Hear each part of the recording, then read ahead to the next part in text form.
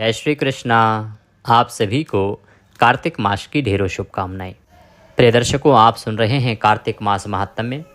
आज तीसरा अध्याय हम श्रवण करेंगे। पिछले 2 दिनों में आपने 2 अध्याय सुने हैं, क्योंकि इस वर्ष पूर्णिमा तिथि जो है वो 2 दिन रही, इसीलिए 2 अध्याय हुए हैं और पूर्णिमा से ही महात्म्य और कार्तिक स्नान आरंभ होता है। यह शास्त्रीय विधान है। इसी प्रकार से पूर्णिमा के 2 दिन रहने के कारण एकम, जिसे प्रतिपदा भी कहते हैं, तो प्रतिपदा का क्षय हो गया है, अर्थात प्रतिपदा तिथि जो है वह क्षीण हो गई है, सीधी द्वितीया आ गई है। आज द्वितीया है, दौज है, आज कार्तिक की दौज है, तो कार्तिक मास का सीधा दूसरा दिन है आज। आप श्रवण करेंगे कार्तिक मास महात्म्य का तीसरा अध्याय और साथ में सुनेंगे तुलसी माता की कथा, जिसे आज के दिन आपको अवश्य ही सुनना चाहिए। उसके बिना यह कार्तिक स्नान फल अधूरा ही रहता है।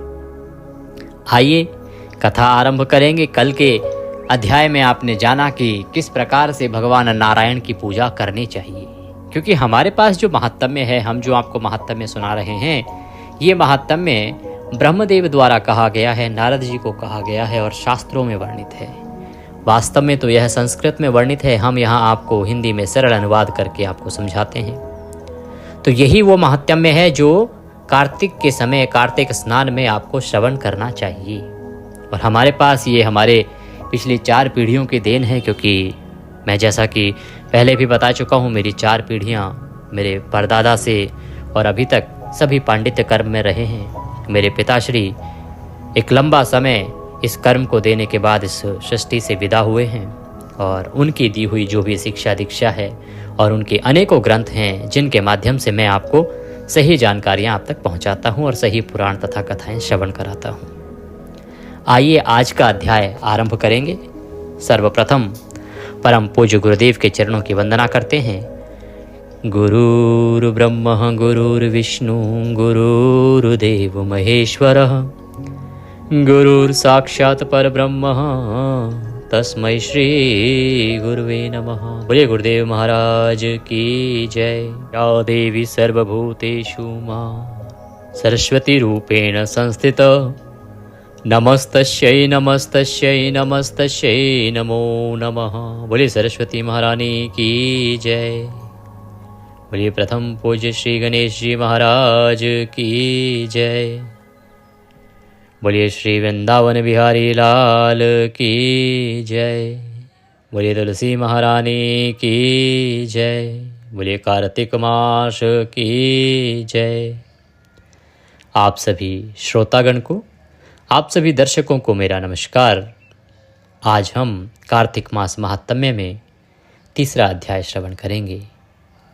पहले अध्याय में वर्णन आया, ब्रह्मदेव द्वारा बताया गया, जब देव ऋषि नारद ने उनसे पूछा कि प्रभु, कार्तिक स्नान की क्या महिमा है, कार्तिक स्नान कैसे किया जाना चाहिए, कहाँ पर स्नान करने से क्या पुण्यफल प्राप्त होता है।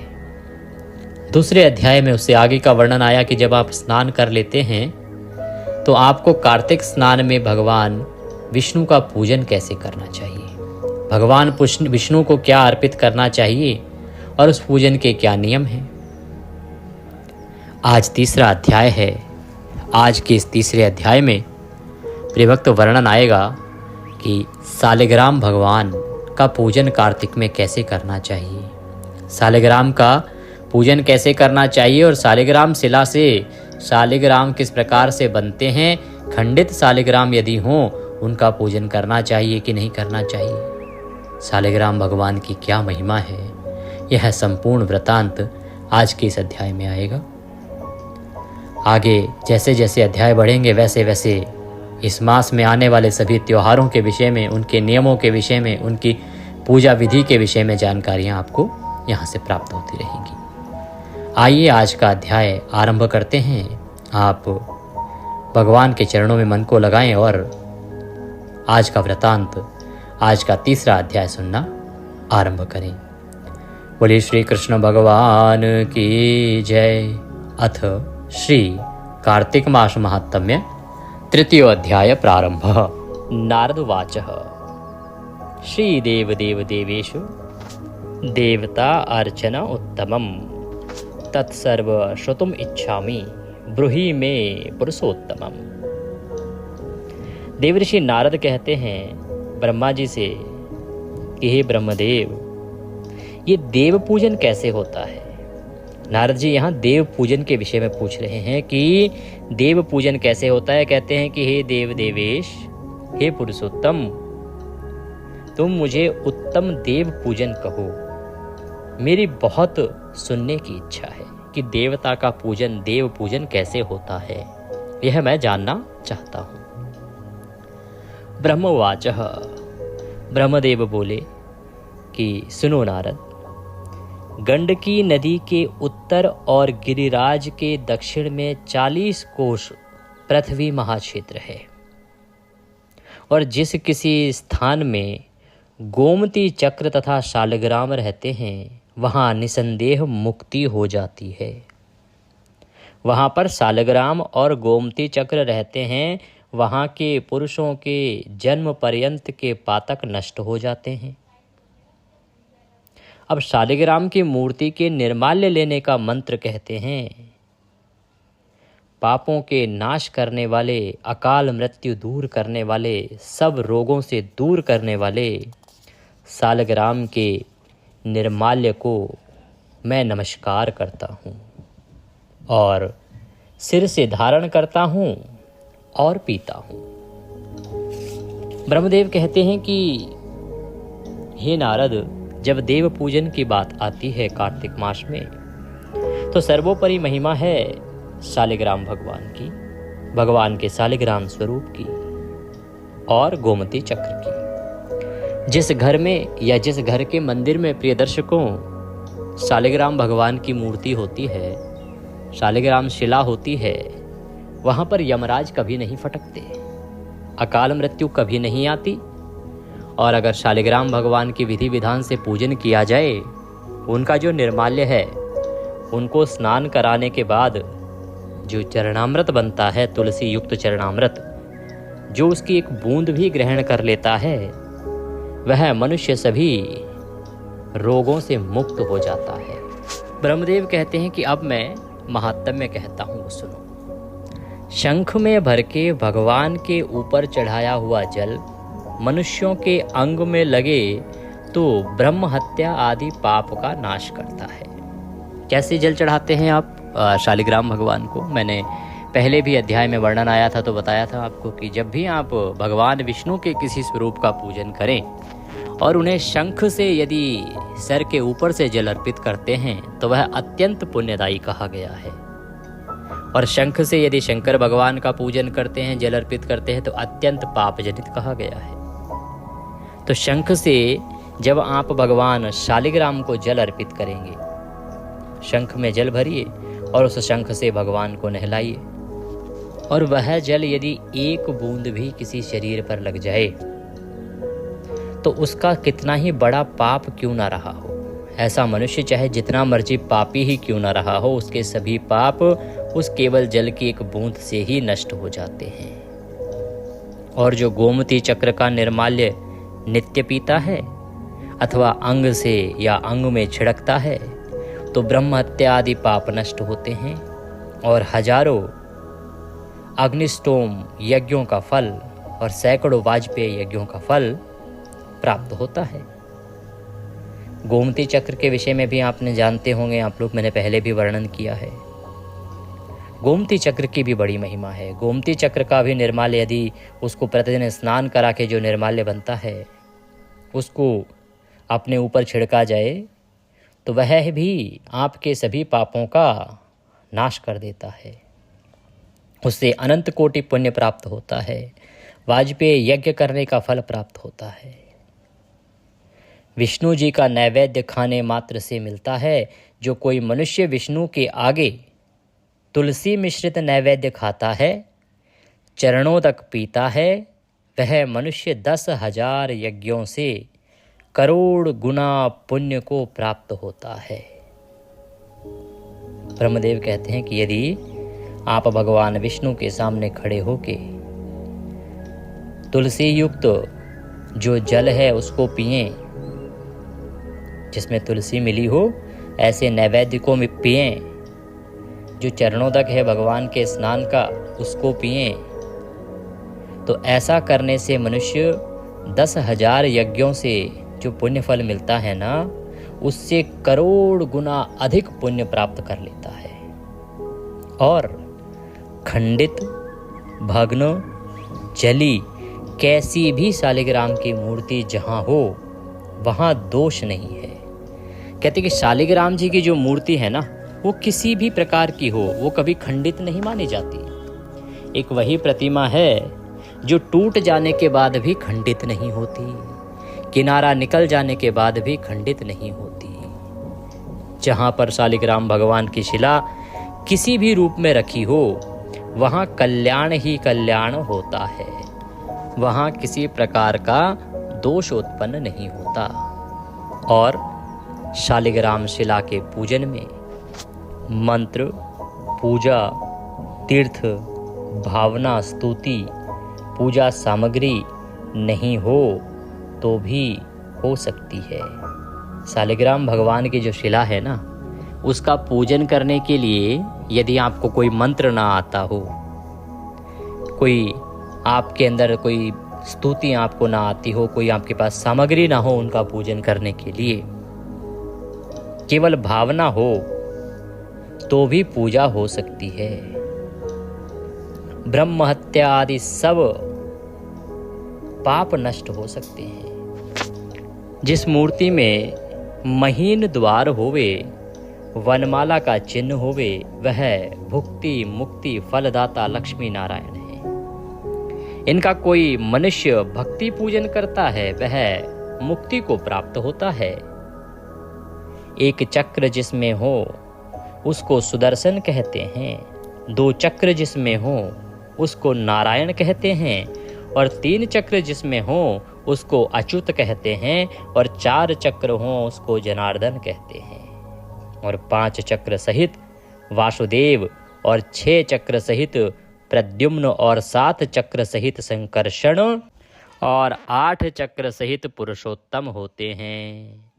9 चक्र सहित नवव्यूह और 10 चक्र सहित दशावतार होते हैं।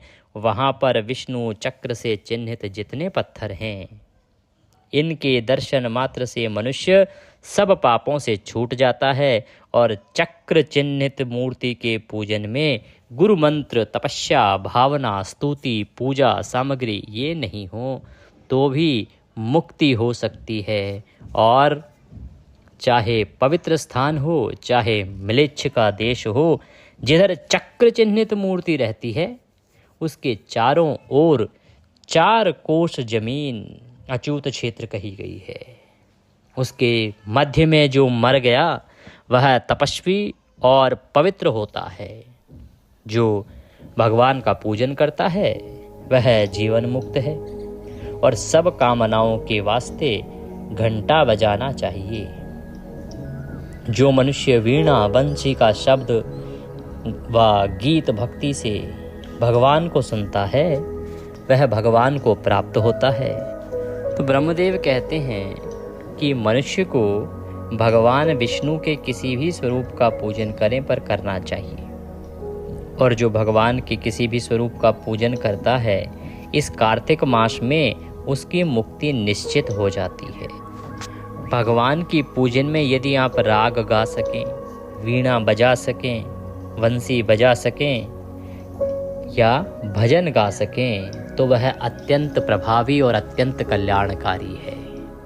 केवल मंत्र ही आपको पुण्य फल नहीं देते, वरन कार्तिक मास में भगवान के नामों का गुणगान, भगवान के भजनों का श्रवण करना, भगवान के मंत्रों को केवल सुनना या उनके स्तोत्रों को सुनना अत्यंत पुण्यदायी कहा गया है।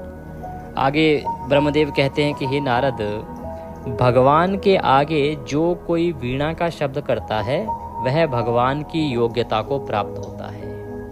जो वीणा का शब्द करता है अर्थात वीणा बजाता है भगवान के सामने भक्ति भाव से, उसे भगवत्व प्राप्त हो जाता है। हे नारद, जो कोई भगवान के आगे मृदंग बजा के नाचता है सो भगवान को बहुत प्रिय होता है। मृदंग बजा के नाचना भगवान के सामने उनकी प्राप्ति का एक सरल माध्यम है।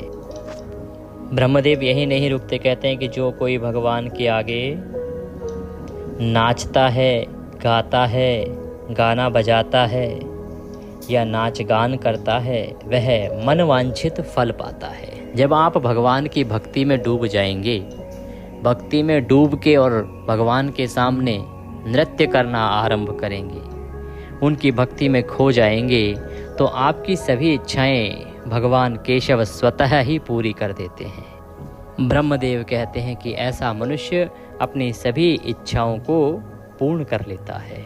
और जो वैष्णव भगवान के मंदिर में अगर का धूप करता है, नरक रूपी दरिया से छूट जाता है और बहुत बत्ती वाली सुंदर आरती जो मनुष्य भगवान की करता है, वह वैकुंठ को जाता है।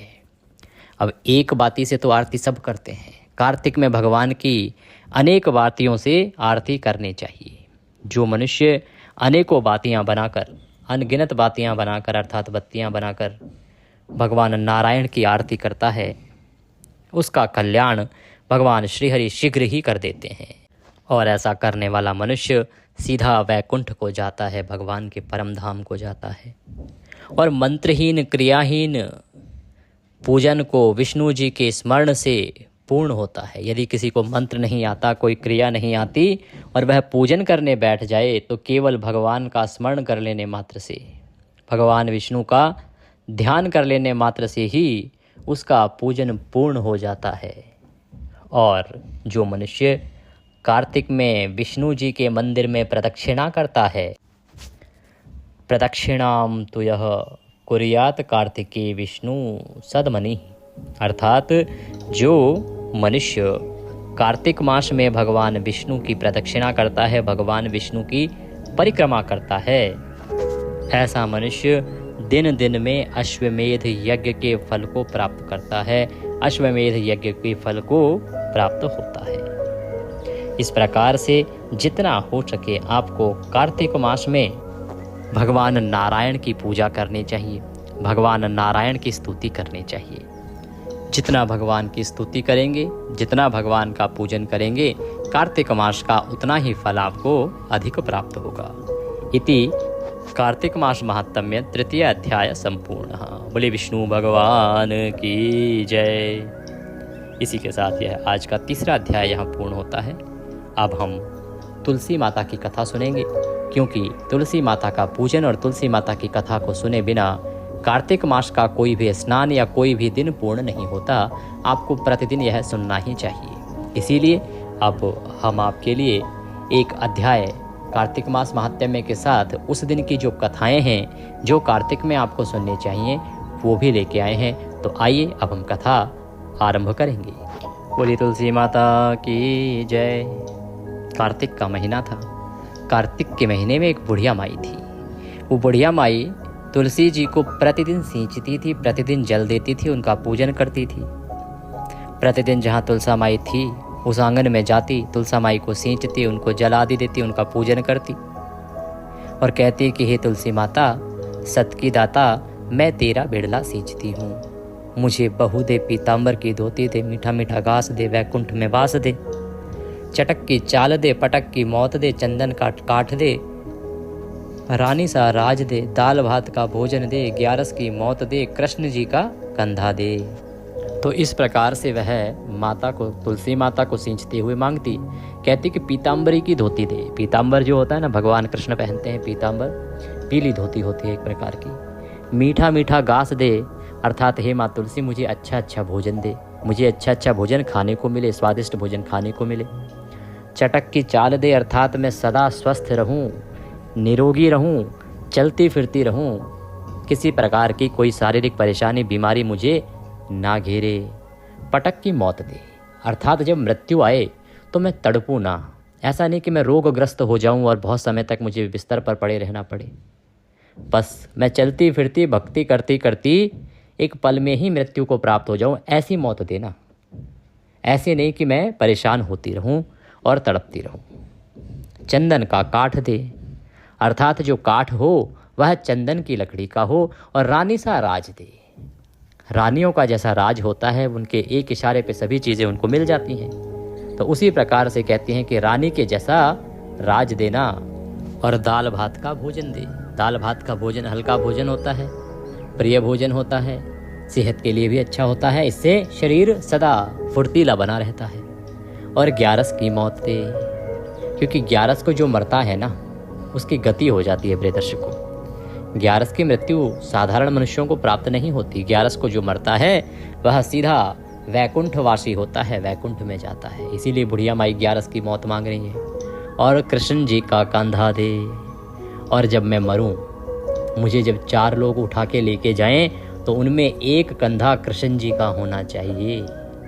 कृष्ण स्वयं मुझे आके कंधा दें। आप सोचिए बुढ़िया माई ने कितनी बड़ी बात कही है। इन छोटी छोटी चीज़ों में बुढ़िया माई कितनी बड़ी सारी बातें कह गई हैं जो साधारण मनुष्य के लिए संभव ही नहीं है।